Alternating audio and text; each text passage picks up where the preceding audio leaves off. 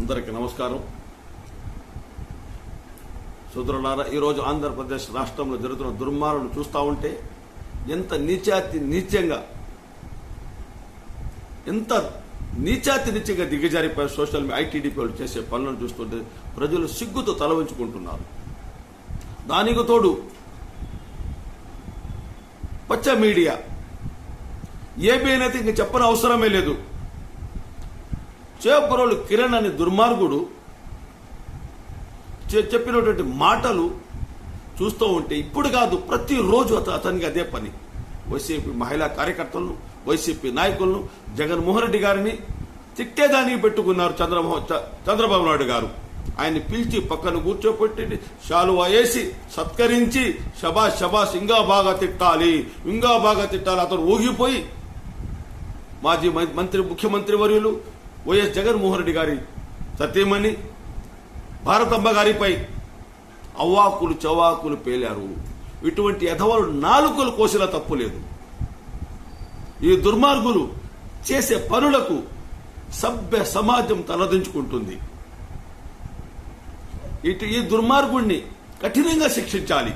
వీడొక్కడే కాదు, వాడు సీమారాజా ఉన్నాడు. వాడు సీమరాజా, పంది రాజా, ఏ రాజా తెలియదు. వాడు పంది కంటే హీనంగా బ్రతుకుతున్నాడు. ఇంకొకడు కిరాక్ ఆర్పి అంట. వాడి మాటలు చూస్తూ ఉంటే అడక్క తినేవాడు కూడా వాడికంటే మేలు ఉన్నాడు. అంత దుర్మార్గం మాట్లాడుతున్నాడు. మహిళలంటే అతనికి ఇంత చిన్న చూపు ఉందంటే చెప్పేదానికి వీలే లేకుండా వర్డ్స్ ఉపయోగించాలంటే బాధ కలుగుతుంది. వీరందరినీ పెంచి పోషించింది ఎవరయ్యా? చంద్రబాబు నాయుడు గారు కాదా?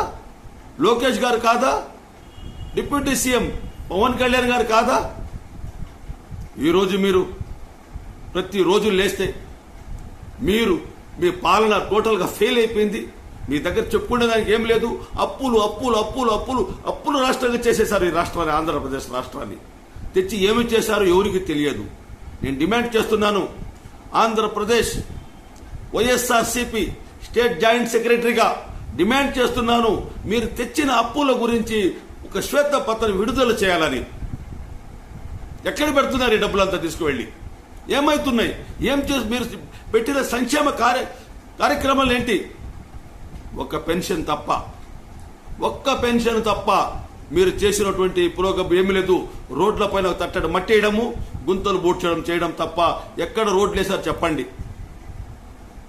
100% రోడ్ల మీద గుంతలు తట్టడం, మట్టేసి బూడ్చేసి మేము రోడ్లన్నీ వేసేసామని ప్రతిరోజు మీ పచ్చ మీడియా చెప్పుకోవడము, అందరు శబాష్ అనడం తప్ప వేరేదేం లేదు సోదరుడా. ఆంధ్రప్రదేశ్